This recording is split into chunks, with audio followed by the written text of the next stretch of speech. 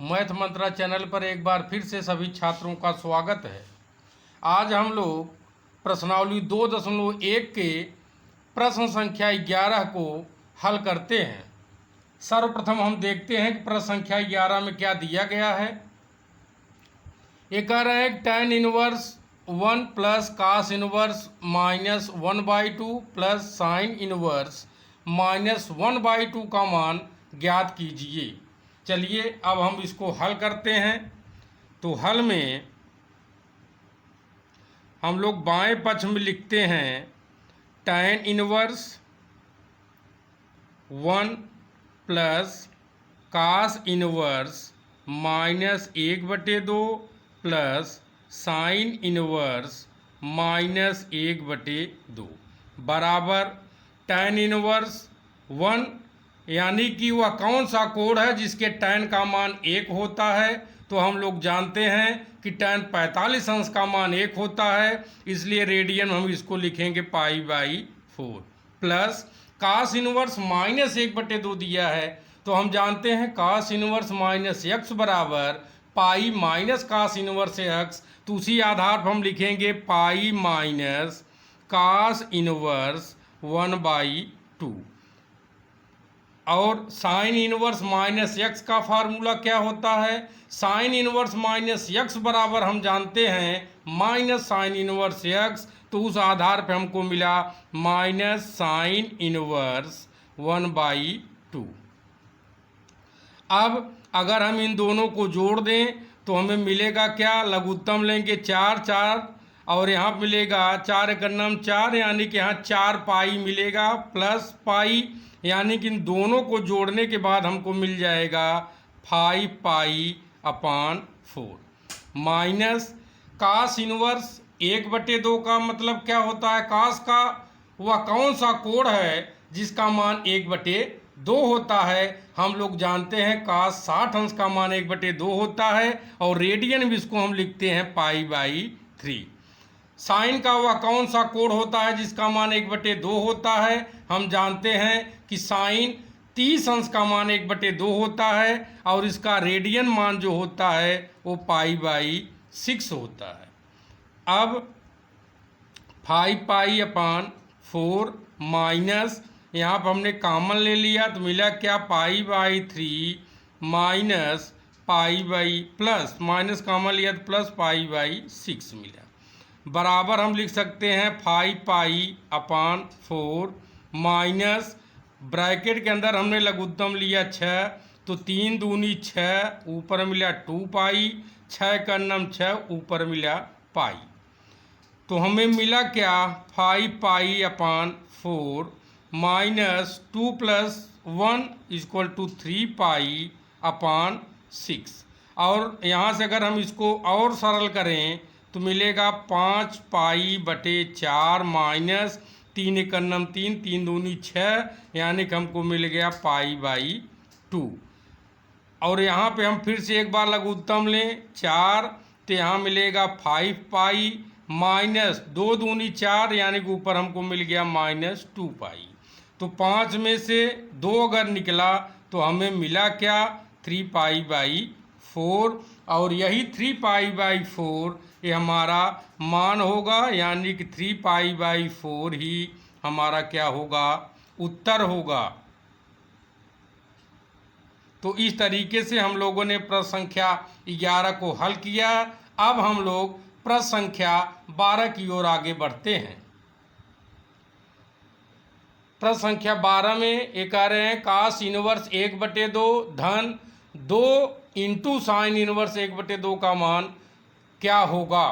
तो चलिए इसको भी हम लोग हल करते हैं और लिखते हैं कास इनवर्स 1/2 प्लस 2 साइन इनवर्स 1/2 बराबर कास का वह कौन सा कोण है जिसका मान 1/2 होता है। हम जानते हैं 60 अंश और इसका रेडियन मान क्या होता है π/3 प्लस 2 गुणे साइन इनवर्स 1/2 यानी कि साइन का वह कौन सा कोण है जिसका मान 1/2 2 होता है तो हम लोग जानते हैं 60 अंश साइन 30 अंश का मान 1/2 होता है और इसका रेडियन मान जो होता है वो होता है π/6।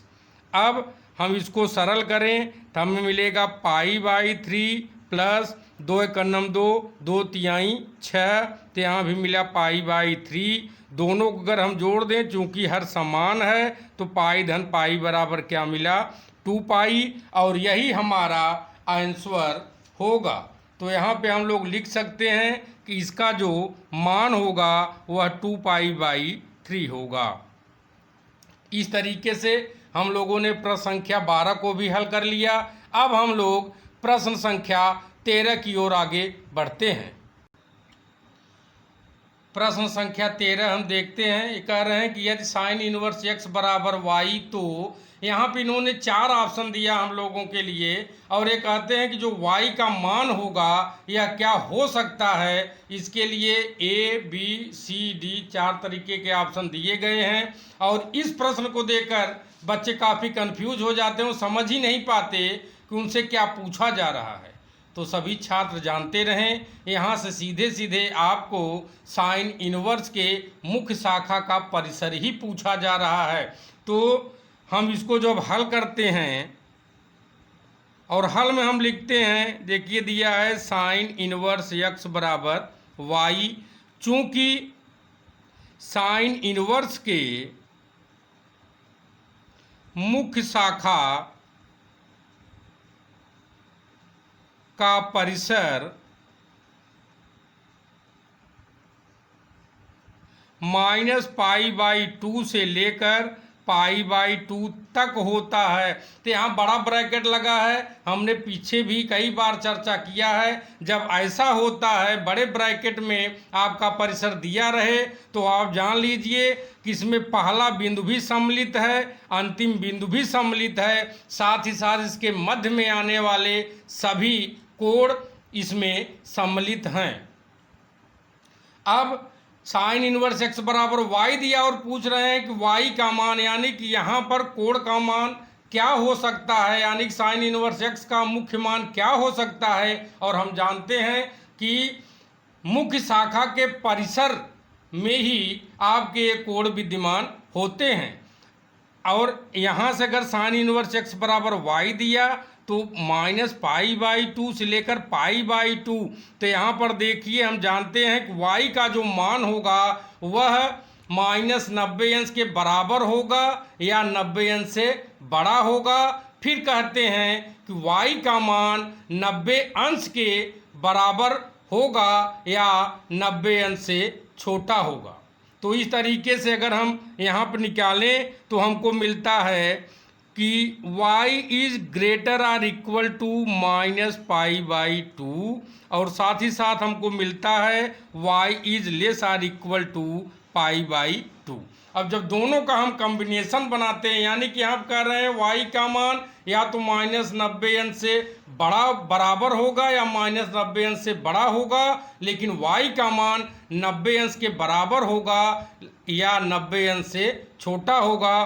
तो हम निष्कर्ष पे पहुंचते हैं कि -π/2 is less or equal to y and y is less or equal to π/2। यही हमारा साइन इनवर्स के मुख्य शाखा का परिसर होता है। तो इस तरीके से हम देखते हैं कि हमारा ऑप्शन बी बिल्कुल सही है, इसलिए हम लोग ऑप्शन बी के साथ जाएंगे। अब हम लोग प्रश्न संख्या 14 को हल करने का प्रयास करते हैं। प्रश्न संख्या 14 में ये कह रहे हैं कि tan inverse √3 minus sec inverse -2 का मान बराबर है। यह भी एक ऑप्शनल क्वेश्चन है और इसमें 4 ऑप्शन दिए गए हैं A, B, C, D। चलिए हम लोग इस प्रश्न को हल करते हैं और इस निष्कर्ष पर पहुंचते हैं कि आखिरकार कौन सा ऑप्शन सही है। तो प्रश्न दिया tan inverse √3 minus sec inverse -2। तो हम जानते हैं कि tan का वह कौन सा कोण है जिसका मान करड़ी में 3 होता है। tan 60 अंश का मान करड़ी में 3 होता है और 60 अंश को रेडियन में हम लिखते हैं π/3। और यहाँ पे दिया है माइनस सेक इनवर्स -2 दिया है, माइनस हम लिखते हैं। हम जानते हैं कि सेक इनवर्स -x बराबर pi minus sec inverse x, तो उसी का प्रयोग करेंगे। Pi minus sec inverse minus का ये +2 हो जाएगा बराबर पाई/3 माइनस पाई माइनस। अब हम यहाँ पर देखते हैं कि आखिरकार सेक का वह कौन सा कोण है जिसका मान 2 होता है। तो हम पाते हैं सेक 60 अंश का मान 2 होता है और इसका रेडियन मान जो होता है वह पाई/3 होता है। तो यहाँ पर हम लिखेंगे पाई/3। हल करते हैं। पाई/3 माइनस, यहाँ पर हमने लघुत्तम 3 लिया तो यहाँ मिलेगा 3 पाई माइनस पाई, 3 में से 1 निकला 2 बचा, यानी पाई/3 माइनस 2 पाई/3। अब एक बार फिर से हम लघुत्तम क्या लेंगे, 3 लेंगे तो हमें मिलेगा पाई माइनस 2 पाई बराबर हमको क्या मिला, पाई में से -2 पाई निकलेगा तो -पाई/3 मिल रहा है और यही हमारा उत्तर है। और हम देखते हैं कि हमारा ऑप्शन जो बी है वह बिल्कुल सही है, इसलिए हम लोग ऑप्शन बी के साथ जाएंगे। तो इस तरीके से आज हम लोगों ने प्रश्नावली 2.1 को समाप्त किया। इसके अंतर्गत हम लोगों ने आज प्रश्न संख्या 11 से लेकर 14 तक के प्रश्नों को हल किया। अगर सभी छात्रों को हल करने की यह विधि बहुत ही आसान तरीके से समझ में आ रही है, सभी छात्रों से हमारा अनुरोध है कि हमारे चैनल को सब्सक्राइब कीजिए, वीडियो को लाइक कीजिए, अपने मित्रों के साथ शेयर कीजिए, ताकि जितने भी वीडियो बनाए जाएं गणित विषय के उन सब का अध्ययन आप घर बैठे आनंद पूर्वक कर सकें। एक बार फिर से मैथ मंत्रा चैनल की ओर से सभी छात्रों को धन्यवाद।